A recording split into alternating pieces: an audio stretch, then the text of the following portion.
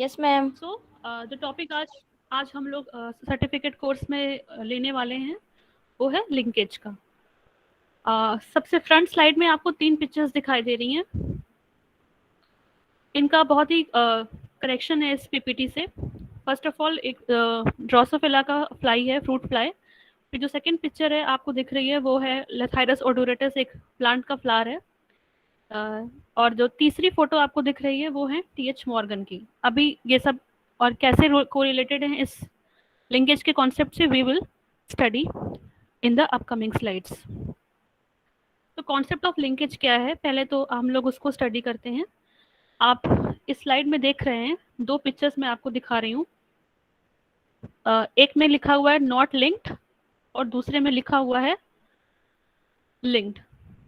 2 jeans हैं और ये 2 जो क्रोमोसोम्स आपको दिख रहे हैं ये होमोलॉगस पेयर ऑफ क्रोमोसोम्स है। यानी कि होमोलॉगस पेयर का क्या मतलब होता है,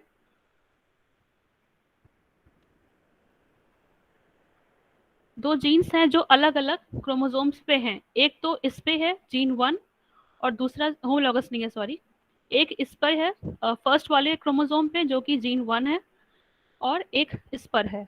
दोनों अलग अलग क्रोमोसोम्स पे जीन्स हैं। ओके, इस केस में क्या है, सेकंड केस में ये दोनों ही जीन्स एक ही क्रोमोसोम पे प्रेजेंट हैं। जब 2 जीन्स एक ही क्रोमोसोम पे प्रेजेंट होंगे तो उनको हम कहते हैं कि वो लिंक्ड जीन्स है। लिंक्ड जीन्स कैसे हैं कि इनकी क्वालिटी होती है कि हमेशा ये नेक्स्ट जनरेशन में एक साथ इनहेरिट होंगे। वही चीज यहाँ पे लिखी हुई है कि थर्ड पॉइंट में कि all the genes present on the same chromosome. एक क्रोमोसोम पे जितने भी जीन्स प्रेजेंट होंगे, जीन 1 जीन 2, जितने भी क्रोमोसोम्स एक क्रोमोसोम पे जितने भी जीन्स होंगे वो सारे नेक्स्ट जनरेशन में उनकी एक प्रॉपर्टी होती है कि वो एक साथ जाएंगे। हमने पहले की 2 क्लासेस में मैम से पढ़ा था कि इंडिपेंडेंट असॉर्टमेंट होता है। 2 जीन्स हमेशा सेग्रीगेट करती हैं, उनके अलील्स इंडिपेंडेंटली असॉर्ट करते हैं F1 से F2 में जाते वक्त, है ना? क्यों बच्चों, ऐसा हमने पढ़ा था ना? हाँ, यस मैम। ऐसा हमने पढ़ा है कि 2 जीन्स की के डिफरेंट अलील्स जो हैं वो एक जनरेशन में जिस तरीके से इनहेरिट हो रहे हैं उससे कोई फर्क नहीं पड़ता कि नेक्स्ट जनरेशन में वो साथ में इनहेरिट करेंगे। नेक्स्ट जनरेशन में उनके अलग तरह से कंबाइन करने के पूरे चांसेस होते हैं। लेकिन यहाँ पर अगर 2 जीन्स एक ही क्रोमोसोम पे प्रेजेंट हैं, जब अलग अलग जीन्स पे हैं तो उनके बीच में लिंकेज नहीं होगी, they are not linked.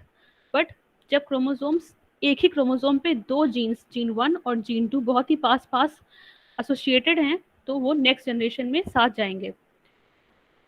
First point जो लिखा है वो आप लोग के लिए समझने के लिए है कि हमें पता है कि एज हम लोग ह्यूमन बींग्स में भी 30,000 जीन्स हैं, करीब 30,000 जीन्स होते हैं। और क्रोमोसोम नंबर कितना है हमारा, कोई बताएगा? 24 पेयर। 23 पेयर। हाँ, 23 प्लस एक्स एक्स और 23 प्लस एक्स वाई, है ना? तो हमारे पे क्रोमोसोम्स 23 पेयर्स में हैं और जीन्स कितने हैं, करीब 30,000। तो ऐसा होगा ना कि बहुत से जीन्स एक ही क्रोमोसोम पे प्रेजेंट होंगे, है ना? क्योंकि क्रोमोसोम्स ही जीन्स को कैरी करते हैं।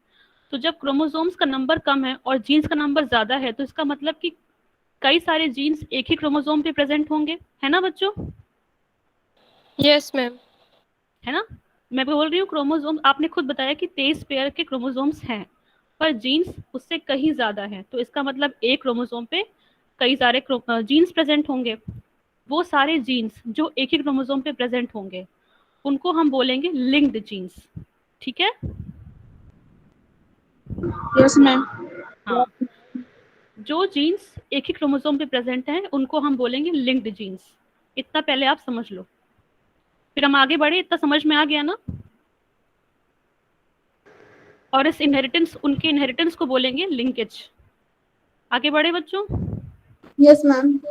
ओके। मैम। हाँ, तो लिंक्ड वर्सेस अनलिंक्ड जीन्स क्या होते हैं नाउ, अब हम लोग वो देखते हैं। पहले ही मैंने आपको फर्स्ट स्लाइड में ही बता दिया था कि अगर जैसे यहाँ पे तो ये अनलिंक्ड जीन्स हैं, ये अगर हम इसके रिस्पेक्ट में बात करें तो जीन 1 और जीन 2 की रिस्पेक्ट में बात करें तो जीन 1 इस वाले क्रोमोसोम पे प्रेजेंट है, जीन 2 इस वाले क्रोमोसोम पे प्रेजेंट है। तो एक दूसरे के कंपैरिजन में ये दोनों क्या हैं, अनलिंक्ड हैं, है ना। लेकिन अब अगर हम इसकी बात करें, इस पर कितने जीन्स हैं, कोई बताएगा अनम्यूट करके। 3 जीन्स, 3 genes. 3 जीन्स हैं। तो ये लिंक्ड होंगे कि नहीं होंगे, एक ही क्रोमोसोम पे प्रेजेंट हैं हाँ ये, ये लिंक्ड है। है ना। हाँ, वेरी गुड। क्योंकि ये एक ही क्रोमोसोम पे प्रेजेंट हैं, जीन नंबर 2, 3 एंड 4, इसलिए दे आर लिंक्ड। और इस पूरे सेट को, जीन 2, जीन 3, जीन 4 को बोलेंगे एक linkage group. A set of genes at different loci on the same gene constitute a linkage group. फिर नीचे क्या लिखा है, अनलिंक्ड जीन्स जो होते हैं वो डिफरेंट क्रोमोसोम पे होते हैं। जैसे कि मैंने आपको पहले ही बता दिया कि अगर 2 जीन्स अनलिंक्ड हैं, दैट मीन्स वो दोनों अलग अलग डिफरेंट क्रोमोसोम पे प्रेजेंट होंगे, ठीक है। क्रोमोसोम नंबर 1 पे ये जीन 1 प्रेजेंट है, क्रोमोसोम नंबर 2 पे ये वाले जीन्स प्रेजेंट हैं, ये सारे जीन्स प्रेजेंट हैं। तो they are found on different chromosomes. Linked genes क्या होते हैं, they are found on the same chromosome, एक ही क्रोमोसोम पे प्रेजेंट होते हैं। अनलिंक्ड जीन्स इंडिपेंडेंटली असॉर्ट करते हैं, जैसे कि हमने मेंडल्स लॉ में मैम से कल पढ़ा था और परसों भी पढ़ा था कि अनलिंक्ड जीन्स जो होंगे वो अलग अलग क्रोमोसोम पे प्रेजेंट होंगे और उनका जो सेग्रीग्रेशन होगा वो इंडिपेंडेंट होगा। जबकि लिंक्ड जीन्स एक साथ सेग्रीगेट नहीं, अलग अलग सेग्रीगेट नहीं हो पाएंगे और वो हमेशा एक साथ इनहेरिट होंगे, इनहेरिटेड टुगेदर। अगर क्रॉसिंग ओवर ना हो तो, क्रॉसिंग ओवर के बारे में हम आगे पढ़ेंगे, बट अभी के लिए इतना कि लिंक्ड जीन्स हमेशा एक साथ इनहेरिट होंगे, unlinked genes will be independently segregated, वो अलग अलग सेग्रीगेट हो सकते हैं। अब जो स्लाइड हम देखने जा रहे हैं वो है linkage versus independent assortment. Independent assortment क्या होता है, अभी हम लोगों ने परसों पढ़ा था मैम से, कोई बताएगा, कोई बच्चा बताएगा इंडिपेंडेंट असॉर्टमेंट क्या होता है। मैम इनमें 2 जीन्स मतलब 2 कैरेक्टर को एक साथ लेके क्रॉस कराया जाता है। हाँ, तो उससे F1 के बाद क्या होता है, अगर कोई भी 2 अलील्स एक साथ कंबाइन हुए हैं, कोई हमको जीनोटाइप दिख रहा है, नेक्स्ट जब हम अगर फिर से उसको क्रॉस कराएंगे तो दोनों अलील्स फिर से सेग्रीगेट कर सकते हैं, अब एक दूसरे से उनका कोई कोरिलेशन नहीं होगा, है ना। Yes ma'am. जैसे मैं आपको एक बहुत ही वैसा एग्जांपल बताती हूँ। अगर 2 फ्रेंड्स हैं, फ्रेंड ए और बी, ठीक है, फ्रेंड्स नहीं है, फॉर एग्जाम्पल ये मान लो कि वो फ्रेंड्स नहीं है, ए और बी फ्रेंड्स नहीं है, तो एक बार भले उनको हमने एक ग्रुप में डाल दिया कि चलो तुम दो लोग एक साथ काम करो, अगली बार उनको चांस मिलेगा तो वो एक दूसरे से अलग हो जाएंगे, है ना। Yes, ma'am. और अगर वो दोनों बहुत बहुत पक्के दोस्त हैं और तो उनको क्या सेपरेट करना इजी होगा, No, ma'am. No ma'am. बार बार वो कोशिश करेंगे कि वो एक साथ ही हर काम करें, है ना। Yes ma'am. हाँ, तो यही चीज लिंकेज और इंडिपेंडेंट असॉर्टमेंट में, अगर दो जीन्स एक साथ एसोसिएटेड हैं तो उनका बार बार ये कोशिश होगा कि वो हर जनरेशन में एक साथ इनहेरिट हो। इसको क्या बोलेंगे हम लोग जेनेटिक्स की भाषा में,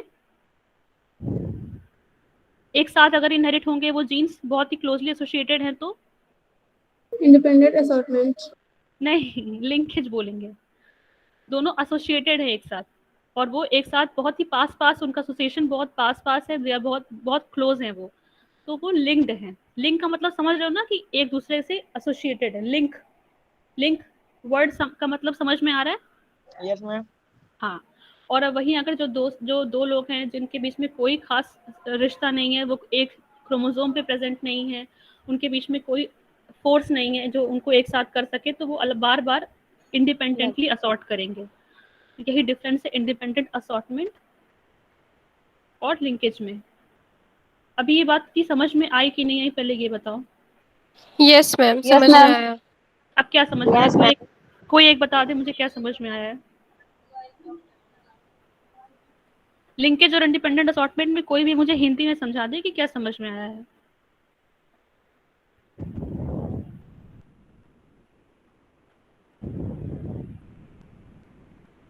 मैं समझाती हूँ, अब इस डायग्राम के थ्रू समझाती हूँ, ठीक है। हमने उस दिन मैम से पढ़ा था कि जैसे मान लो ये एक कैपिटल ए बी बी है, ये डोमिनेंट पेरेंट है, ये रिसीव पेरेंट है, ठीक है। अभी मंतशा अपना माइक म्यूट कर लो आप। फिर हमको F1 में क्या मिला, हेट्रोजाइगस कंडीशन में ये पेरेंट मिला है ना। मेरी पीपीटी दिख रही है बच्चों? Yes, ma'am. Yes ma'am. दिख रही है ना पीपीटी? यस मैम दिख नो रही मैम, है। नहीं दिख रहा है। अच्छा नहीं दिख रही है, मैम एक सेकेंड। मैम नहीं दिख रहा है। हाँ हाँ, एक सेकेंड। मैम नहीं दिख रहा है। हाँ ठीक है, मैं दिखा रही हूँ।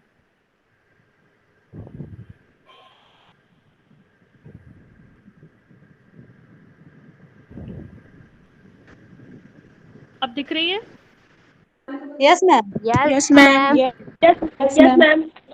ठीक है, अब तो दिख रही होगी। Yes ma'am. हाँ, तो Yes, इंडिपेंडेंट असॉर्टमेंट में मान लो F1 में हमको ये जीनोटाइप मिला। एक सेकेंड, हमको ये जीनोटाइप मिला F1 में, ठीक है। अब जब हम इसका टेस्ट क्रॉस कराएंगे रेसेसिव पेरेंट के साथ, रेसेसिव पेरेंट हमारा ये है, क्योंकि छोटा a छोटा b दोनों चीजें रेसेसिव हैं। जब हम इसका टेस्ट क्रॉस कराएंगे तो हमको ये 4 अलग अलग तरह के फिनोटाइप मिलेंगे। क्यों मिलेंगे? एक तो ए बी, दोनों ए और बी दोनों कैपिटल हैं, एक में बी छोटा है, एक में छोटा ए है, बड़ा बी है, और एक में रेसिव केस है। जब हम इसमें 4 तरह के अलग अलग गैमेट्स बने, ठीक है, क्योंकि यहाँ पे ए और बी के बीच में कोई भी इंटरेक्शन नहीं है, ए और बी लिंक्ड नहीं है। जब इसका टेस्ट क्रॉस कराएंगे रेसिव पेरेंट के साथ तो हमको 4 तरह के फिनोटाइप देखने को मिले।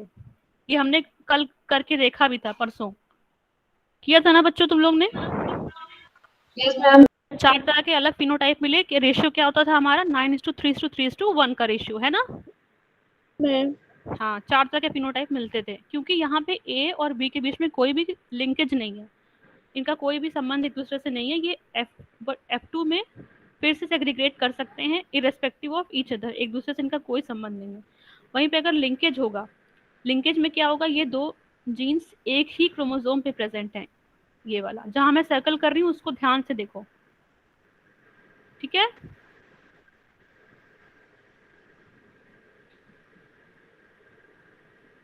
ये 2 जीन्स एक साथ लिंक्ड हैं, ये छोटे वाले जीन्स एक साथ लिंक्ड हैं, यानी कि ये एक क्रोमोसोम पे प्रेजेंट है। अब जब लिंक्ड हैं तो जाएंगे भी ऐसे ही, ये एक साथ जाएगा और ये एक साथ रहेगा, छोटा ए छोटे बी के साथ, बड़ा ए बड़े बी के साथ। अब जब ये फिनोटाइप हमको तो मिला F1 में, हमने जब इसका F2 में क्रॉस कराया तो फिर से हमको 2 ही तरह के गैमेट्स मिलेंगे, या तो ये मिलेगा या ये मिलेगा। ये वाला केस और ये वाला केस हमें यहाँ पे देखने को नहीं मिल रहा है। समझ में आ रहा है ये बात? ये ए के Yes, साथ ma'am. छोटा, ए के साथ छोटा बी, छोटे ए के साथ बड़ा बी, ये हमको देखने को यहाँ पे नहीं मिल रहा है इस केस में। लिंकेज के केस में इंडिपेंडेंट में हमें 4 तरह के दिख रहे थे, लिंकेज में हमको सिर्फ 2 तरह के गैमेट्स दिख रहे हैं, क्योंकि कैपिटल ए का छोटे बी के साथ गैमेट नहीं बन पा रहा है, क्योंकि वो दोनों लिंक्ड नहीं है। बड़ा बी छोटे ए के साथ गैमेट नहीं बना पा रहा बिकॉज वो भी लिंक्ड नहीं है। सो इस कंडीशन में हमें सिर्फ 2 ही तरह के फिनोटाइप मिलेंगे, जस्ट वैसे ही जैसे पेरेंट्स के थे, जैसा पेरेंट्स थे दोनों वैसे ही हमको ऑफस्प्रिंग में भी मिला है, कोई अलग अंतर नहीं मिला। यहाँ पे हमको पेरेंट्स से डिफरेंस भी मिला था इस केस में, लेकिन यहाँ पे हमको वो केस नहीं मिल रहा है, तो ये बिकॉज ऑफ लिंकेज है। समझे ये चीज? हाँ मैम। समझ में आ गया? आगे बढ़े, चलो आगे बढ़ते एक बार हैं। फिर से मैम, एक बार फिर से। अच्छा ठीक है। इंडिपेंडेंट असॉर्टमेंट में क्योंकि 2 जीन्स एक दूसरे से एसोसिएटेड नहीं हैं, इसलिए हमको 4 तरह के गैमेट्स देखने को मिलेंगे। ए के साथ बी, बड़े ए के साथ छोटा बी, छोटे ए के साथ बड़ा बी, और ये यहाँ पे 2 गैमेट्स तो हमको पेरेंटल टाइप के ही दिख रहे हैं, ये वाले ए बी और ए बी, ऐसे ही। बाकी ये जो दो गैमेट्स देख रहे हो, ये इंडिपेंडेंट असॉर्टमेंट की वजह से है। भी मुझे इतना समझ में नहीं, एक सेकेंड।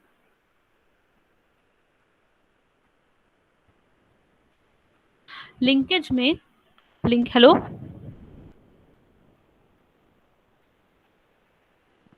सुनाई दे रहा है? Yes, ma'am. Yes ma'am. हाँ ठीक है। लिंकेज में जो दो जीन्स हैं, समझ में, माइक ऑफ कर लो बच्चे अभी। लिंकेज में जो दो जीन्स हैं ए और बी, ए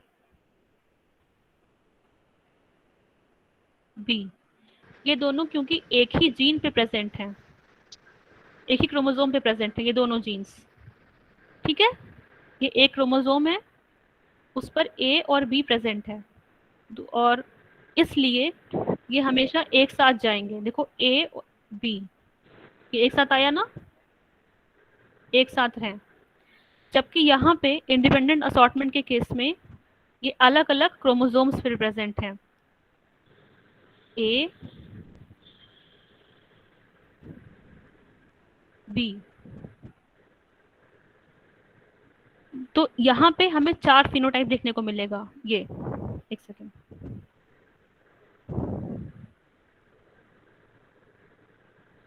हमको 4 फिनोटाइप देखने को मिलेगा, क्योंकि capital A B, capital B के साथ भी रह सकता है, कैपिटल ए छोटे बी के साथ भी रह सकता है, छोटा ए कैपिटल बी के साथ रह सकता है, और दोनों रेसिव पेरेंट भी एक साथ रह सकते हैं।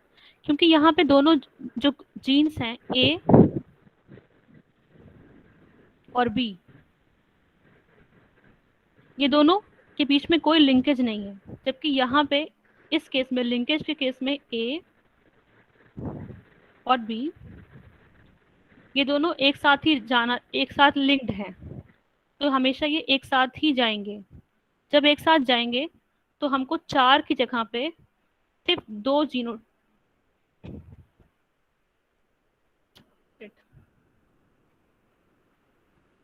हमें 4 की जगह पे सिर्फ 2 जीनोटाइप देखने को मिलेंगे। यहाँ पे 4 देखने को मिल रहे थे, यहाँ पे हमको सिर्फ 2 देखने को मिल रहे हैं, क्योंकि ये जीन्स लिंक्ड हैं। आगे बढ़े आप। Yes ma'am. ओके चलो, अब आते हैं लिंकेज ग्रुप पे। लिंकेज ग्रुप क्या होता है? अभी हमने जैसे एक बच्ची ने बताया कि हमारे ह्यूमन में 23 पेयर ऑफ क्रोमोसोम्स हैं। तो अगर 23 पेयर ऑफ क्रोमोसोम है, तो जितने भी जीन्स एक क्रोमोसोम पे हैं वो क्या होंगे? एक लिंकेज ग्रुप को डिनोट करेंगे। ये मैंने फर्स्ट स्लाइड में ही बताया था। तो टोटल नंबर ऑफ जीन जो कि एक होमोलॉगस क्रोमोसोम पे प्रेजेंट हैं वो होंगे लिंकेज ग्रुप। तो फीमेल में क्योंकि 23 पेयर ऑफ क्रोमोसोम्स हैं, तो कितने लिंकेज ग्रुप हो जाएंगे ह्यूमन फीमेल में? 23। हाँ हाँ, क्योंकि स्पीकर का ऑप्शन कहाँ रहा था? हेलो, हाँ, क्योंकि अब माइक ऑफ कर लो, माइक ऑफ कर लो अब।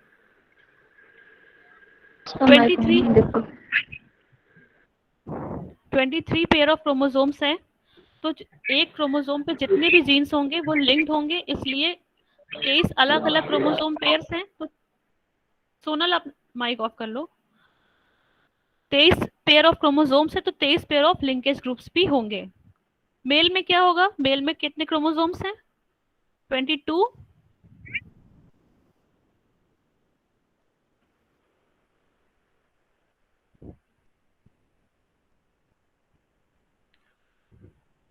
मेल में 22 पेयर ऑफ क्रोमोसोम्स हैं, लेकिन एक्स और वाई भी है, 2 अलग क्रोमोसोम भी, इसलिए ह्यूमन मेल में 24 लिंकेज ग्रुप्स होंगे, क्योंकि 24 तरह के क्रोमोसोम पेयर्स हैं। फीमेल में 23 लिंकेज ग्रुप्स हैं, क्योंकि एक 22 pair of chromosome plus 2 x. लेकिन मेल में क्या है? 22 ऑटोसोम्स हैं, एक एक्स है और एक वाई है, तो कुल कितने हो गए? 24। ठीक है, यस मैम। ड्रोसोफिला में 4 पेयर ऑफ क्रोमोसोम्स हैं, तो जितने पेयर ऑफ क्रोमोसोम उतने ही लिंकेज ग्रुप्स, क्योंकि ड्रोसोफिला में 4 पेयर ऑफ क्रोमोसोम्स हैं तो 4 लिंकेज ग्रुप्स। मेज में 10 पेयर ऑफ क्रोमोसोम्स है तो 10 लिंकेज ग्रुप्स। समझ में आया? Yes, ma'am. Okay. Yes ma'am. नहीं समझ में आया? आया मैम। आया। ओके आया मैम। ओके ओके ठीक है। अब हम लोग आते हैं लिंकेज कॉन्सेप्ट का इवोल्यूशन कैसे हुआ, कैसे समझा गया कि लिंकेज क्या होता है। तो सटन एक साइंटिस्ट थे, उन्होंने पहली बार लिंकेज को ऑब्जर्व किया, लेकिन वो उसको एक्सपेरिमेंटली स्टडी नहीं कर पाए। फिर आए Bateson and Punnett. Bateson and Punnett ने, ये जो पिक्चर आपको दिख रही है फूल की, लेथाइरस ओडोरेटस है, ठीक है, जिसका कॉमन नेम है स्वीट पी। सुनाई दे रहा है ना? Yes, ma'am. Yes ma'am. Yes ma'am. तो बैटसन और पनेट, ये जो नीचे आपको साइंटिस्ट की फोटो देख रहे हो वो बैटसन और पनेट हैं। इन्होंने लिंकेज को फिर अच्छे से स्टडी किया इस पर्टिकुलर प्लांट में, लेथाइरस ओडोरेटस में। इसमें उन्होंने स्टडी किया क्या लिंकेज का कॉन्सेप्ट, और क्या प्रपोज किया, 2 चीजें प्रपोज करी, coupling and repulsion hypothesis, linkage को एक्सप्लेन करने के लिए। लेथाइरस ओडोरेटस में बेटसन और पनेट ने स्टडी किया लिंकेज को और 2 हाइपोथेसिस दी, कपलिंग और रिपल्शन की, और इन्हें 2 तरह के अलग अलग क्रॉसेस किए और जिसका रिजल्ट आया ये क्या है रिजल्ट, हम नेक्स्ट स्लाइड में पढ़ते हैं। सबसे पहले कपलिंग फेज, इन्होंने क्या किया, लेथाइरस में यानी कि स्वीट पी में 2 क्रॉसेस कराए। एक केस में इनको क्या रेशियो मिला, इनको रेशियो मिला 7:1:1:7 का रेशियो मिला। इन्होंने क्या किया, 2 जो ट्रेट्स लिए थे वो थे blue flower with long pollen grains, ठीक है, और एक लिया red flower with round pollen grains. अब जैसे कि आप जीनोटाइप से देख सकते हो कि रेड, ये वाला ट्रेट है, ये रेसेसिव है, ये वाला डोमिनेंट है ना? समझ में आ रहा है? Yes ma'am. कैपिटल आर लिखा है, यस मैम। हाँ, कैपिटल आर लिखा है तो ये डोमिनेंट है, स्मॉल आर है तो ये रेसेसिव है। तो blue flowers with long pollen grain और red flower with round pollen grains, ये उन्होंने 2 ट्रेड्स लिए और उसका क्रॉस कराया। क्योंकि ये ब्लू भी डोमिनेंट है, लॉन्ग पॉलन ग्रेन्स भी डोमिनेंट है, तो हमको ये देखने को मिल गया। F1 में क्या मिला, blue pollen grains and blue flower with long pollen grains, क्योंकि दोनों ही कैरेक्टर्स यहाँ से डोमिनेंटली आ रहे थे। अब जब इसका टेस्ट क्रॉस कराया गया, इस जीनोटाइप का टेस्ट क्रॉस कराया गया इस रेसिसिव पेरेंट के साथ, है ना? रेसिसिव पेरेंट ये वाला है, वो जो पॉइंटर मैं दिखा रही हूँ आपको दिख रहा है ना? Yes ma'am.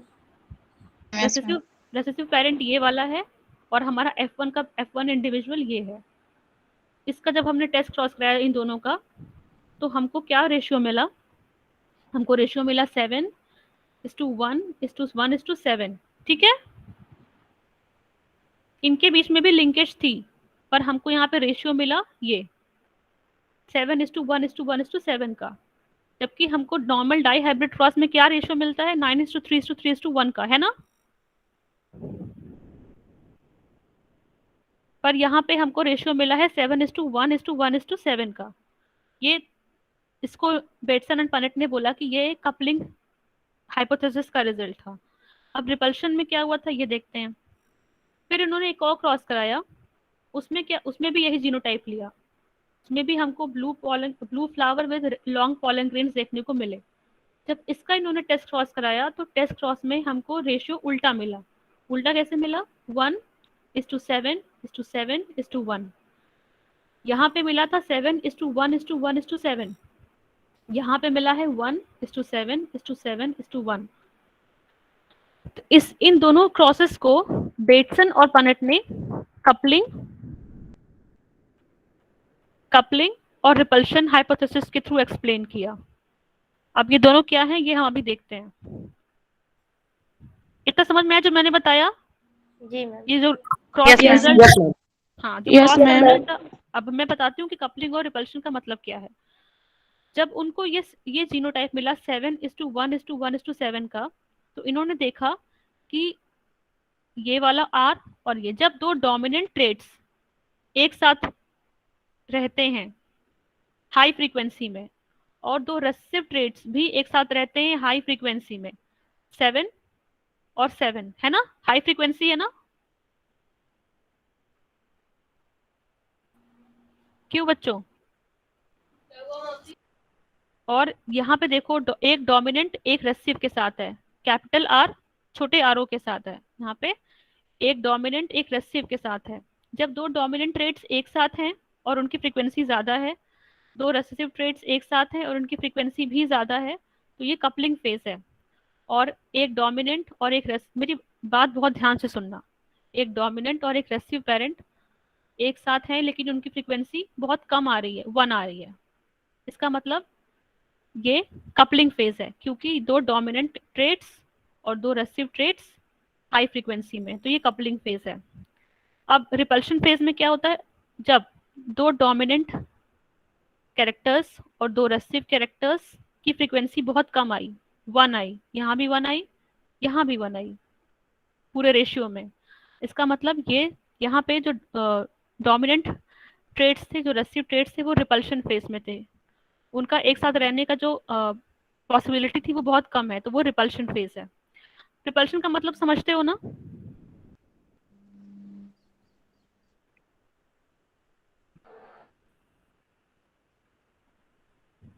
आगे बढ़े।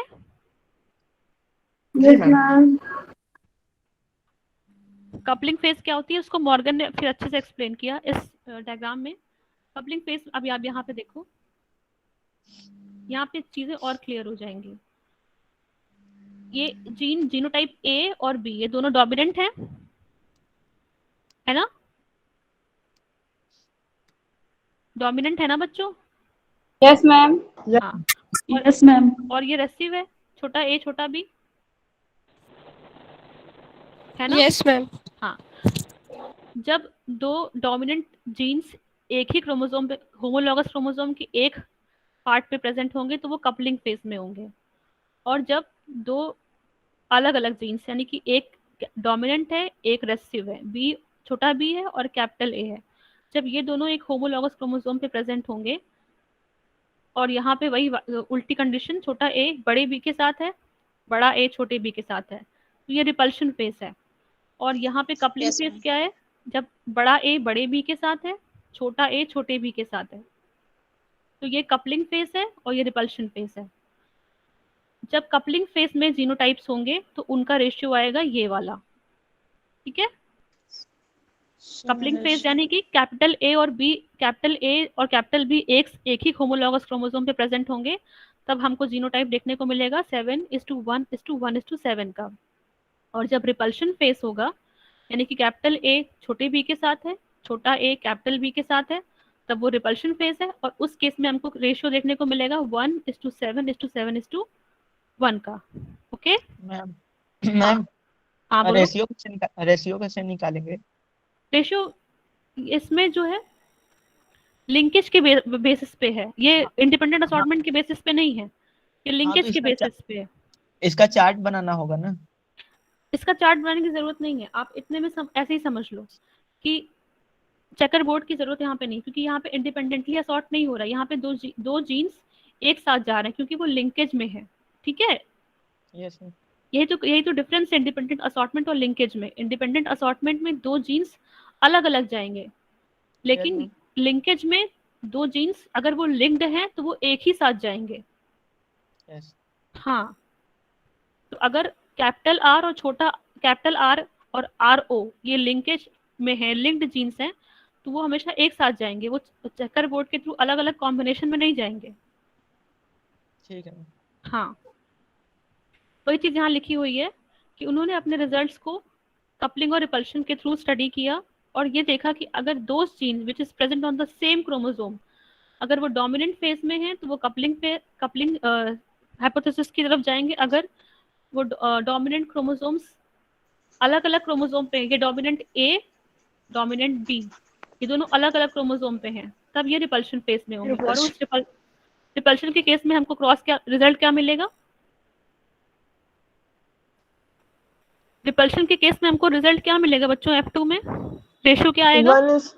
1:7:7:1. हाँ, very good Yeshi, 1 very good. और कपलिंग फेस में क्या मिलेगा रेशियो हमको F2 में? 7:1:1:7. हाँ, बहुत अच्छे, अब समझ गए आप लोग। यस मैम यही है। हाँ, अब आप लोग समझ गए। वही चीज अब सिस और ट्रांस के एग्जांपल्स के थ्रू भी बताएंगे हम। अरेंजमेंट ऑफ लिंक्ड जीन्स, ये देखो, एक होमोलॉगस पेयर ये है, एक होमोलॉगस पेयर ये है, एक ये है और एक ये है।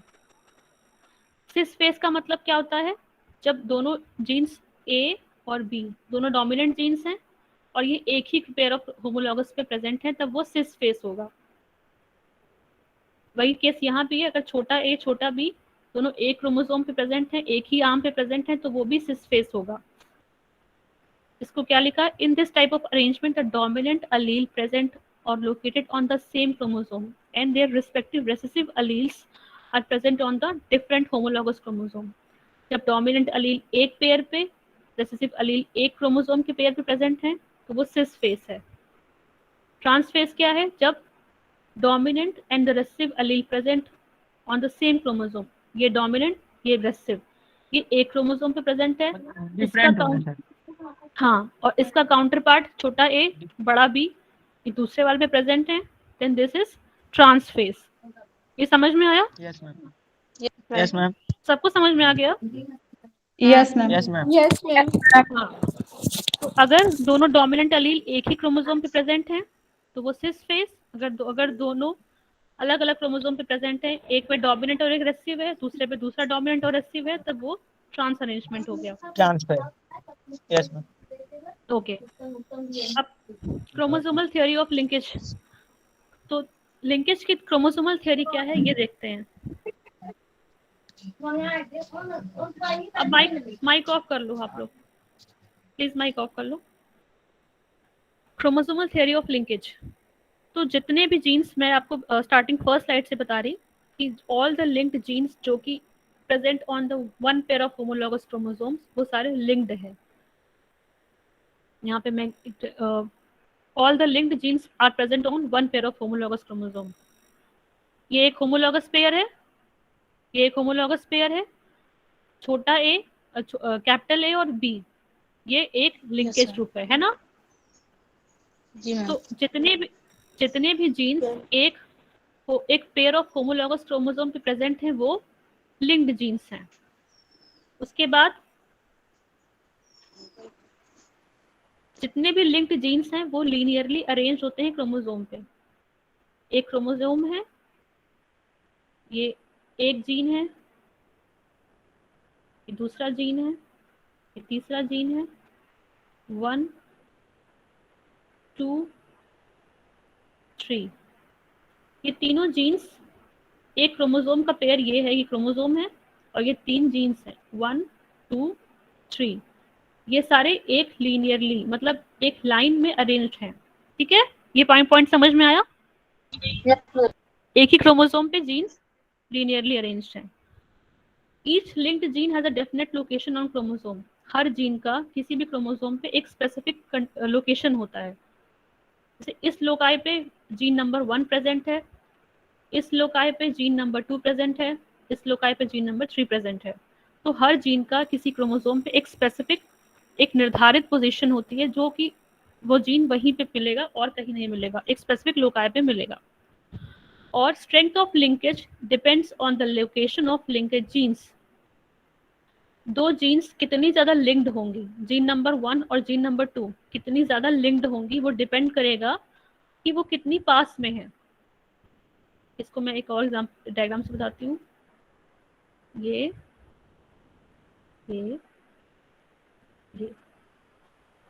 ये 1 है, ये 2 है, जीन नंबर 2, और ये जीन नंबर 3 है। ठीक है, जो जीन्स ज्यादा पास में होंगे उनमें ज्यादा लिंकेज होगा, जो दूसरे एक दूसरे से काफी दूर होंगे उनमें कम लिंकेज होगा। वही चीज यहाँ पे 4th पॉइंट में लिखी हुई है कि strength of linkage depends on the location of linked genes. तो अब मुझे कोई अनम्यूट करके बताएगा कि जीन नंबर 1, 2 और 3 में कौन ज्यादा लिंक्ड होंगे, कौन कम लिंक्ड होंगे? 1 और 2 ज्यादा लिंक्ड है और 2 और 3 कम है। हाँ, और 1 और 3 कितने लिंक्ड वो होंगे? भी कम है, सबसे कम, सबसे कम है। सबसे कम है ना? मैम बहुत बहुत कम, बहुत अच्छे। 1 और 3 क्योंकि सबसे ज्यादा दूर हैं, भले ही वो एक ही क्रोमोसोम पे प्रेजेंट है, बट डिस्टेंस उनका बहुत ज्यादा है, इसलिए बहुत जो उनकी ज्यादा है। स्ट्रेंथ ऑफ लिंकेज है वो कम होगी। और 1 और 2 1 और 2 में बहुत ज्यादा होगी, जैसे कि आप लोग ने खुद ही बताया अभी, है ना? Yes ma'am. Yes ma'am. 1 और 2 बहुत पास पास है, इसलिए दे आर हाईली लिंक्ड। उनके बीच का जो लिंकेज का स्ट्रेंथ है वो बहुत ज्यादा है, क्योंकि वो लोग बहुत पास पास हैं। हाँ, linkage genes have a tendency to inherit together from generation to generation। ये चीज हमने पहले से पढ़ रखी है कि अगर जो जीन्स एक क्रोमोसोम में प्रेजेंट है, उनकी टेंडेंसी होती है कि वो नेक्स्ट जनरेशन में भी एक साथ जाएंगे, है ना? आगे बढ़े, अब ये 5 पॉइंट समझ में आए आप लोग को? Yes ma'am. ओके, आगे मैं बढ़ लास्ट वाला आगे बढ़- पांचवा। पांचवा बच्चे, वही तो मैं कब से बता रही हूँ आपको कि जो जीन्स लिंक्ड होंगे, जैसे कि जीन 1, 2, 3, क्योंकि ये एक ही क्रोमोसोम पे प्रेजेंट हैं, नेक्स्ट जनरेशन में जब ये जाएंगे F2 में जाएंगे F1 से, तो वहां भी इसी कॉम्बिनेशन में जाएंगे 1, 2 और 3, क्योंकि ये एक ही क्रोमोसोम है, तो एक क्रोमोसोम तो अगली जनरेशन में भी एक ही साथ जाएगा। तो जितने भी जीन्स इस एक क्रोमोसोम पे प्रेजेंट है वो अगली जनरेशन में भी साथ में जाएंगे। एक केस होता है जब जी मैम। थोड़ा सा रेशो चेंज होगा, क्रॉसिंग ओवर की वजह से होगा। क्रॉसिंग ओवर क्या होगा वो मैं आपको लास्ट में बताऊंगी, बट फिलहाल आप लिंकेज पढ़ो। लिंकेज की वजह से ऑल द जीन्स जो कि एक क्रोमोसोम पे प्रेजेंट है, they will go as it is in the next generation. अब आगे बढ़े। जी मैम। जी मैम। जी यस मैम। की टेंडेंसी होगी कि वो नेक्स्ट जनरेशन में भी एक साथ inherited together. Kind of linkage, linkage दो तरह के होते हैं, कंप्लीट लिंकेज और एक इनकम्प्लीट लिंकेज। कंप्लीट लिंकेज का मतलब ये होता है कि जब जीन्स आर क्लोजली एसोसिएटेड, बहुत पास पास हैं, जैसे कि अभी हमने देखा था जीन नंबर 1 और जीन नंबर 2 बहुत ही पास पास थे, तो उनके बीच वो हमेशा कंप्लीट लिंकेज शो करेंगे। जब भी वो जाएंगे एक साथ जाएंगे। तो उस जो अभी हमने डायग्राम बना के देखा था, तो जीन नंबर 1 और 2 क्योंकि वो बहुत पास पास थे, इसलिए वो हमेशा एक साथ जाएंगे। और जैसे कि आपने खुद कहा था कि 1 और 3 बहुत दूर दूर थे, है ना? थे ना दूर? Yes ma'am. Yes ma'am. Yes ma'am. बीच का जो लिंकेज था वो भी उतना स्ट्रांग नहीं था, है ना? तो जब स्ट्रांग लिंकेज नहीं होगा तो एक केस बन सकता है कि शायद वो नेक्स्ट जनरेशन में अलग अलग चले जाएं, लेकिन 1 और 2 क्योंकि बहुत पास है तो ये हमेशा एक साथ ही जाएंगे, इसलिए ये कंप्लीट लिंकेज शो करेंगे। हाँ, तो इस उसका एक बहुत अच्छा एग्जांपल है बेंट विंग्स और शेवन बेसल का जो। हाँ बोलो बोलो बच्चे। मैम। हाँ बोलो सपना। मैम मैं क्या समझ नहीं रहा है, बोलो। मैम बोले। मैम ये पेपर का जो मतलब आप पढ़ा रही हैं। हाँ बोलो। मैम जो मैं पढ़ा रही हूँ वो आगे बोलो।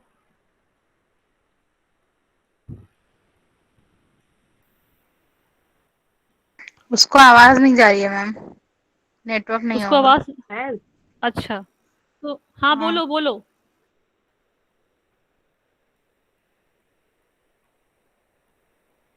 मैम बोलो। Please continue your class. Ma'am जाने दीजिए, उसका नेटवर्क नहीं चल रहा है, जाने तो दीजिए। ओके, तो बच्चों तुम लोग को समझ में आया ना कंप्लीट लिंकेज के बारे में कि जहाँ पे अब उसका हम अब उसका हम एक एग्जांपल के थ्रू समझेंगे कि क्या है कंप्लीट लिंकेज। ओके हाँ, तो ड्रोसोफिला में हमने 2 कैरेक्टर्स ले लिए, बेंट विंग्स और शेवन ब्रेसिल का। मतलब बेंट विंग्स, इसकी जो विंग्स हैं वो बेंट होंगी और ब्रेसल्स इसके शेवन होंगे। तो ये कैरेक्टर हमने जो कि क्रोमोसोम नंबर 4 पे प्रेजेंट है, इसमें कंप्लीट लिंकेज शो होता है इस ड्रोसोफिला में। तो हम इसको एक क्रॉस के माध्यम से अगले स्लाइड में देखेंगे। पेरेंट्स ये हैं, bent wings and shaven bristles, और दूसरा क्या है, normal wild type. Because wild type dominant है तो हमको F1 में यही दोनों देखने को मिलेगा, है ना? क्यों? ठीक है ना? वाइल्ड टाइप वाला डोमिनेंट है, बेंट और शेवन ब्रिसल्स रेसेसिव कैरेक्टर है। पर यहाँ पे इन दोनों जीन्स के बीच में बेंट 7 क्या है मैम? बेंट 7 क्या है? बेंट विंग्स और शेवन ब्रिसल्स।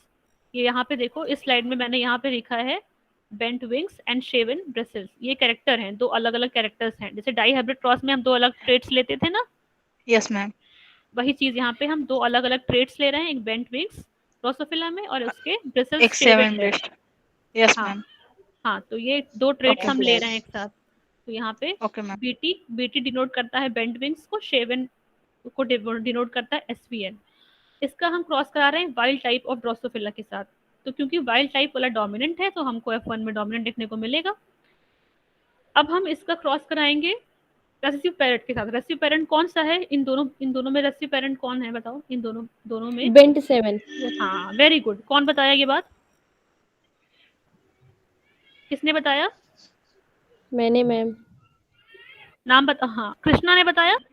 नो मैम, वो ईमेल आईडी थोड़ा गड़बड़ हो अच्छा गया। ठीक है, वेरी गुड। नवीन हमने ओके, आपने अब बच्चों ध्यान दे रहे हो, ये अच्छी बात है। हाँ, तो अब नहीं नवीन ओके, तो अब वाइल्ड टाइप जो हमको F1 में मिला है, ये ट्रेट मिला, इसका हम क्रॉस करा रहे हैं रेसेसिव पेरेंट के साथ, जो कि बच्चे ने बताया कि बेंट शेवन, और ये दो के साथ हम रेसेसिव क्रॉस करा रहे हैं। अब हमको क्या देखने को मिला? बिकॉज क्रॉसिंग ओवर बिल्कुल नहीं हो रही है, जीन्स कंप्लीटली लिंक्ड हैं, तो हमको दो तरह के माइक ऑफ कर लो बच्चों। हमको दो तरह के जीनोटाइप मिले, एक तो ये वाइल्ड वाला और एक ये जो यहाँ से आया रेसेसिव पेरेंट के थ्रू। क्योंकि यहाँ पे कोई भी असॉर्टमेंट नहीं हो रहा है, इंडिपेंडेंट असॉर्टमेंट नहीं हुआ और कोई क्रॉसिंग ओवर भी नहीं हुई, तो हमको जैसा एक तो डोमिनेंट जीनोटाइप ये था BT प्लस और SPN वाइल्ड टाइप, और एक रेसेसिव से मिल गया। और यहाँ पे कुछ भी इंडिपेंडेंटली असॉर्टमेंट नहीं हुआ, सिर्फ दो तरह के फिनोटाइप मिले, एक वाइल्ड टाइप और एक बेंट शेवन ब्रिसल्स वाला, जस्ट एज हमको पेरेंट्स में देखने को मिला था। जो पेरेंट्स हमको देखने को मिले थे दो टाइप के, बेंट शेवन ब्रिसल्स और वाइल्ड टाइप, वही हमको एग्जैक्ट वाइट। क्या हो गया, वही केस हमको F2 में भी देखने को मिल गया। 1:1 का रेशियो देखने को मिल गया। एक आधे फिनोटाइप्स इस टाइप के दिखे और आधे फिनोटाइप इस टाइप के दिखे, क्योंकि यहाँ पे असॉर्टमेंट नहीं हुआ है और कोई क्रॉसिंग ओवर भी नहीं हुई है जीन्स के बीच में। तो ये कंप्लीटली लिंक्ड है, बिकॉज ये शेवन ब्रिसल और बेंट विंग्स वाला भी कंप्लीटली लिंक्ड है, ये अपनी जगह पे कंप्लीटली लिंक्ड है। जब कंप्लीटली लिंक्ड है तो इस वाले जीनोटाइप का इस जीनोटाइप के साथ कोई कॉम्बिनेशन नहीं हो पाएगा, इस जीनोटाइप का इसके साथ कोई कॉम्बिनेशन नहीं हो पाएगा जीन का। जब इस जीन का कोई कॉम्बिनेशन इसके साथ नहीं हो पाएगा, इसका इसके साथ नहीं हो पाएगा, तो हमको वही देखने को मिलेगा जो हमको पहले जनरेशन में पेरेंट्स के देखने को मिला था। तो दो तरह के जीनोटाइप मिलेंगे हमको, जस्ट एज हमको F1 में जस्ट एज हमको पेरेंट्स देखने को मिले थे, बिकॉज ऑफ कंप्लीट लिंकेज। ये समझ में आया?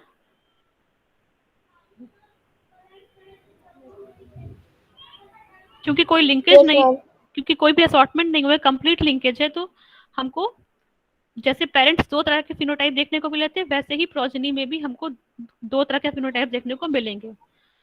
कोई तीसरा या चौथा टाइप का हमको देखने को नहीं मिलेगा। ये कंप्लीट लिंकेज का एग्जांपल है। अब इनकम्प्लीट लिंकेज में देखते हैं क्या होता है। इनकम्प्लीट लिंकेज में हमने ये एक ट्रेट ले लिया फ्लावर का, नहीं फ्लावर नहीं है, भी ड्रोसोफिला ही है। ड्रोसोफिला में ही grey body with long wings, मतलब ग्रे बॉडी कलर है और उसकी विंग्स जो है वो लॉन्ग है।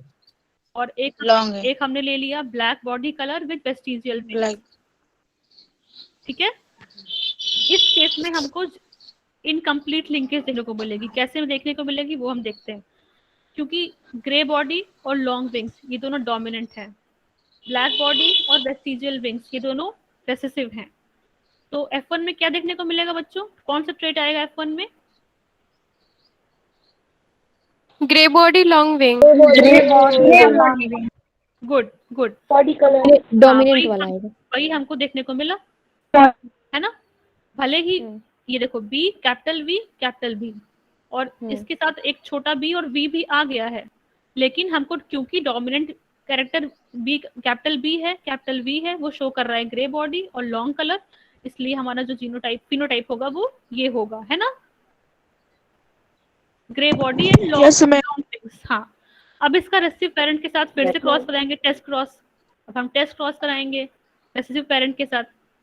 जब रेसिसिव पेरेंट के साथ क्रॉस कराएंगे तो कुछ तो हमको एग्जैक्टली वैसे देखने को मिलेंगे जैसे हमारे पेरेंट्स थे, क्योंकि वहां पे क्रॉसिंग ओवर नहीं हो रही है। तो कैपिटल बी जस्ट एज हमारा पेरेंट था, फिर छोटा बी जैसे कि हमारा दूसरा पेरेंट है। ये हमारा एक पेरेंट ये है या फिर F1 में, एक पेरेंट ये है F2 में, एक कैपिटल बी और एक ये। तो आधे तो हमको एग्जैक्टली ऐसे देखने को मिले ये वाले, लेकिन अब दो और जीनोटाइप हमको देखने को यहाँ पे मिलेंगे, बिकॉज यहाँ पे दो अलग तरह के गैमेट्स बनेंगे। यहाँ पे गैमेट्स एज इट इज थे, जैसा कि हमारे पेरेंट्स थे एज इट इज गैमेट्स भी थे। एक पेरेंट ये था, एक पेरेंट ये था, तो हमको एक ये देखने को मिला था, एक ये देखने को मिला था, क्योंकि यहाँ पे क्रॉसिंग ओवर नहीं हो रही थी, नॉन क्रॉस ओवर गैमेट्स। यहाँ पे थोड़ी बहुत क्रॉसिंग ओवर भी होगी। एक तो नॉन क्रॉस ओवर गैमेट्स है, नॉन क्रॉस ओवर की वजह से हमको ये देखने को मिला और ये देखने को मिला। अब जब क्रॉसिंग ओवर भी होगी, हाँ बोलो। इसमें कि रिवर्सिबल एरो छपा है? वो रिवर्सिबल नहीं है, वो बस ये इतना डिनोट कर रहा है कि ये दोनों जो है वो मैंने गलत लिख दिया है, वो अलग है। हाँ बस ये इसमें रिवर्सिबल कुछ नहीं डिनोट कर रहा है। ये दोनों जो हैं कैपिटल बी के साथ छोटा वी, छोटे बी के साथ कैपिटल वी, ये दोनों डिफरेंट, हाँ ये दोनों क्रॉसिंग ओवर की वजह से आए हैं। इसको आप इसका मतलब कुछ नहीं, इसका मतलब ये है कि ये जो दो गैमेट्स हैं हाँ। ये क्रॉसिंग ओवर की वजह से आए हैं। ये वाला कैपिटल बी ये एक पेरेंट था, छोटा बी एक पेरेंट था, है ना।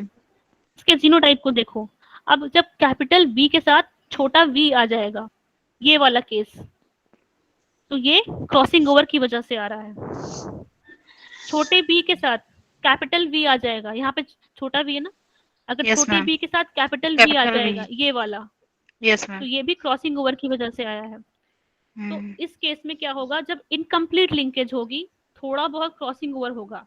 Yes ma'am. जब क्रॉसिंग ओवर होगा तो हमको कुछ परसेंटेज में रिकॉम्बिनेशन की वजह से फिनोटाइप चेंज भी देखने को मिलेगा। ये पैरेंटल फिनोटाइप जिसका परसेंटेज है करीब 80%, और ये रिकॉम्बिनेशन क्रॉसिंग ओवर की वजह से हमको कुछ परसेंटेज में ग्रे के साथ वेस्टिजियल, ब्लैक के साथ लॉन्ग देखने को मिलेगा। ये इनकम्प्लीट लिंकेज का आउटकम है। इनकम्प्लीट लिंकेज जब होगा तो क्रॉसिंग ओवर होगी तो हमको रिकॉम्बिनेशन फिनोटाइप देखने को मिलेगा, और जब कंप्लीट लिंकेज होगी वहां पे हमको रिकॉम्बिनेशन फिनोटाइप देखने को नहीं मिलेगा। इसलिए हमको एग्जैक्टली जो हमारे पेरेंट्स हैं वैसा ही फिनोटाइप देखने को मिलेगा। हमारा पेरेंट एक ये था, एक ये था, तो हमें फिनोटाइप भी यही देखने को मिला था। लेकिन जब क्रॉसिंग ओवर भी होगी थोड़ी बहुत परसेंटेज में, तब उस केस में हमको थोड़ा बहुत रिकॉम्बिनेशन देखने को मिलेगा। Yes ma'am. आगे बढ़े आप। मैम जो कंप्लीट लिंकेज था हाँ? उसमें क्रॉसिंग ओवर क्यों नहीं हुआ? क्योंकि बच्चे जीन्स बहुत आसपास थे। जैसे मैंने अभी आपको एक बताया था ना 1 2 3, जीन नंबर 1 2 3 बताया था। Yes ma'am. तो जो जीन 1 और 2 थे मैंने कहा था कि वो बहुत आसपास हैं। आप लोगों ने खुद ही कहा था कि क्योंकि वो जीन्स बहुत पास हैं तो वो हमेशा एक साथ लिंक रहेंगे, है ना। Yes ma'am. वो कंप्लीट लिंकेज शो करेंगे। और फिर आपने ये भी कहा था कि जीन नंबर 1 और 3 के बीच भले ही वो एक क्रोमोसोम पे प्रेजेंट है लेकिन क्योंकि वो दूर है एक क्रोमोसोम पे, इसलिए वो लिंकेज रहेगी उनमें, लेकिन लिंकेज की जो संभावना है वो बहुत कम रहेगी। कम रहेगी। तो उस केस में हमें इनकम्प्लीट लिंकेज देने को मिल सकता है। चांसेस हैं, है ना? Yes ma'am. Okay ma'am. अब समझ में आ गया शिखा? Yes ma'am. हाँ, यस मैम। तो लिंकेज हमने पहले ही पढ़ा था ना कि लिंकेज डिपेंड करता है कि दो जीन्स कितने पास पास है, जितने पास है उतना ज्यादा लिंकेज। अगर बहुत पास है तो Yes, complete ma'am. Linkage show करेंगे, अगर थोड़े दूर हैं तो लेस लिंकेज शो करेंगे, तब इनकम्प्लीट लिंकेज हो सकता है। वहां पे हमको पेरेंट्स के साथ रिकॉम्बिनेंट फिनोटाइप भी देखने को मिलेगा इनकम्प्लीट के केस में। अब आगे बढ़े। Okay ma'am. Yes, ma'am. तो जब भी मैंने बताया था क्रॉसिंग ओवर, यहाँ पे मैंने बताया कि ये क्रॉसिंग ओवर की वजह से दो अलग टाइप के गैमेट्स भी बन रहे हैं, पेरेंटल के गैमेट्स के अलावा दो अलग गैमेट्स भी बन रहे हैं। अब क्रॉसिंग ओवर क्या होता है वो देख लेते हैं। क्रॉसिंग ओवर जब होता है जब genes that were previously linked become unlinked, यानी कि जब हमने कहा कि जीन नंबर क्रोमोसोम पे जीन 1, 2 और 3 लिंक्ड थे, लेकिन क्योंकि 1 और 3 के बीच का जो दूरी है, जो लोकेशन है वो ज्यादा थी, तो हालांकि वो लिंक्ड थे, लेकिन क्रॉसिंग ओवर की वजह से अगर वो अनलिंक्ड हो जाते हैं नेक्स्ट जनरेशन में, तो उसे कहेंगे कि क्रॉसिंग ओवर हुई है। अब देखो ये एग्जांपल के थ्रू देखो आप, ए और बी है और ये दूसरा है। ए और बी काफी दूर दूर है ना? ये क्रोमोसोम का पेयर है, Yes. ये एक क्रोमोसोम का पेयर है। अगर ये दोनों एक साथ जाएंगे, कैपिटल ई और कैपिटल बी साथ में जाएगा, ये यहाँ पे क्रॉसिंग ओवर नहीं हुई है, एक साथ चले गए, ये वाला भी एक साथ चला गया, छोटा ए छोटा बी, ये भी एक साथ चला गया, यहाँ भी कोई क्रॉसिंग ओवर नहीं हुई है। अब अगर कैपिटल ए छोटे बी के साथ चला जाए एक गैमेट बना के, ये एक गैमेट है, ये दूसरा गैमेट है, ये दोनों गैमेट में क्रॉसिंग ओवर नहीं हुई है। लेकिन अगर कैपिटल ए छोटे बी के साथ चला जाए और छोटा बी कैपिटल बी छोटे ए के साथ चला जाए ऐसे, और ये दोनों साथ चले जाए, हाँ, तो अगर ये दोनों साथ चले गए, ये दोनों साथ चले गए, तो वो क्या होगा? It will be the result of crossing over. तो जब क्रॉसिंग ओवर होगी तो छोटा ए बड़े बी के साथ आ गया, बड़ा ए छोटे बी के साथ, छोटे बी के साथ। तो इस केस में हाँ, तो इस केस में हमको टू न्यू गैमेट्स देखने को मिले। क्यों देखने को मिले? Because of crossing over. हाँ, तो हमको दो अलग गैमेट्स देखने को मिले, ये वाला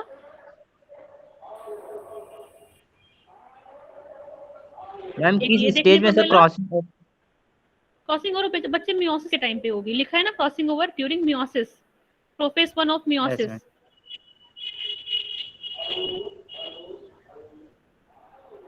हमें ये दो नए गैमेट्स देखने को मिले, छोटा ई बड़े बी के साथ, कैपिटल ए स्मॉल बी के साथ, ये दो जो हमें नए गैमेट देखने को मिले हैं, this is because of crossing over. ठीक है?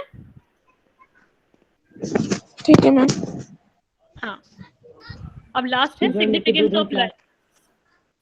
Of linkage.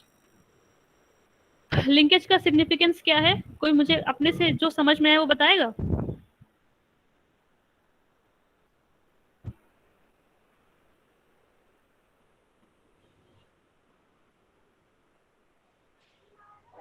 कोई बताएगा बच्चों? मैम पेरेंट्स में जो मतलब चेंजेस होंगे जीन में, वो मतलब ऑफस्प्रिंग में भी चेंजेस नहीं होंगे, मतलब जो मतलब पेरेंट्स में रहेंगे वही ऑफस्प्रिंग में भी होंगे। Very good. यस उसमें कोई चेंजेस नहीं होगा। वेरी नाइस, बहुत अच्छे बच्चे, बहुत अच्छे प्रश्न। तो लिंकेज जो है, क्योंकि वो इंडिपेंडेंट असॉर्टमेंट का एक मतलब इंडिपेंडेंट असॉर्टमेंट होगा तब लिंकेज नहीं होगा, लिंकेज होगा तो इंडिपेंडेंट असॉर्टमेंट नहीं होगा। तो इंडिपेंडेंट असॉर्टमेंट की वजह से गैमेट्स में चेंजेस आते हैं, गैमेट्स अलग टाइप के भी बनते हैं, और लिंकेज की वजह से क्या होगा? जो गैमेट्स की वेरिएबिलिटी है वो नहीं हो पाएगी, है ना?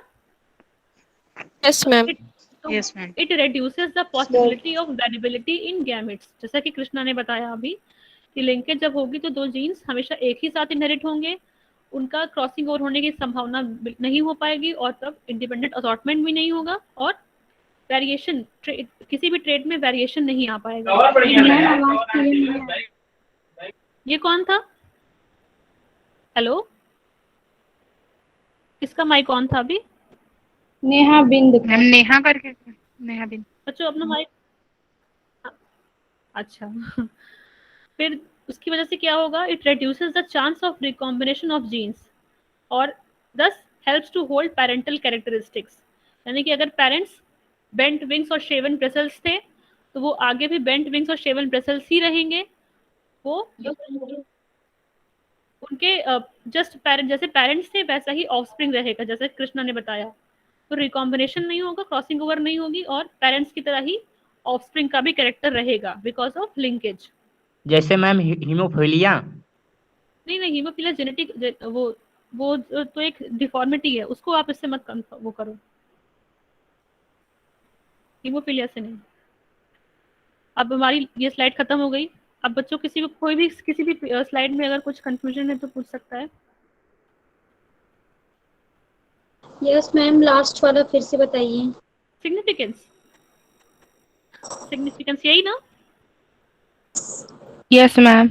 Linkage yes ma'am. क्योंकि जैसे मैंने बताया कि जीन किसी भी दो जीन्स अगर एक साथ लिंक्ड हैं, वो पेरेंट से ऑफस्प्रिंग में भी एज इट इज जा रहे हैं, उनका जो भी कैरेक्टर अगर कैपिटल ए कैपिटल बी दोनों लिंक्ड हैं तो वो आगे भी लिंक्ड ही रहेंगे।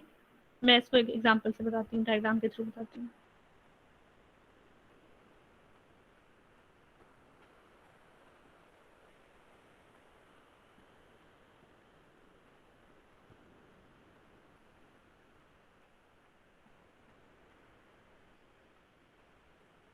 ये दो जीन्स हैं, हाँ लिंक्ड हैं, ठीक है। Yes ma'am. ए डिनोट करता है टॉल के लिए, मतलब अगर ए कैपिटल ए है तो वो टॉल हो जाएगा, ठीक है। Yes ma'am. B denote Yes, B ma'am. Denote करता है टॉल प्लांट, बी डिनोट करता है ब्लू कलर के लिए, ठीक है। मान लो कि लथायस रोडोरेटस का प्लांट है और हमने दो ट्रेड्स ले लिए ए और बी। ए डिनोट करता है कि वो प्लांट टॉल होगा, कैपिटल बी डिनोट करता है कि उसके जो फूल हैं वो ब्लू कलर के होंगे, ब्लू कलर ठीक है। ब्लू कलर हाँ, और इसका रेसिव पेरेंट क्या होगा, इसका होमोलॉगस। माइक ऑफ करो बच्चे, माइक ऑफ करो। जो मैं लिख रही हूँ थोड़ा हेजी है तो आप लोग समझ लेना। हाँ, छोटा ए डिनोट करता है हाइट Yes, ma'am. कम होगी, मतलब डॉर्फ प्लांट, और छोटा बी डिनोट करता है रेड फ्लावर के लिए, ठीक है। कैपिटल बी डिनोट करता है blue flower, small B denote करता है red flower, okay. Capital A denote करता है टॉल प्लांट के लिए, स्मॉल ए डिनोट करता है स्मॉल डॉर्फ प्लांट के लिए। अब क्योंकि ए और बी एक साथ लिंक्ड हैं, ये वाले और ये, तो हमको ऑफस्प्रिंग में भी क्या देखने को मिलेगा, टॉल के साथ ब्लू कलर, डॉर्फ के साथ रेड कलर, है ना। रेड कलर दो ही फिनोटाइप हमको ऑफस्प्रिंग Yes, में देखने ma'am. को मिलेंगे अगर कंप्लीट लिंकेज होगी तो। हमको tall plant with red flower, dwarf plant with blue flower देखने को मिलेगा। Tall plant with red flower, dwarf plant with blue flower देखने को मिलेगा क्या?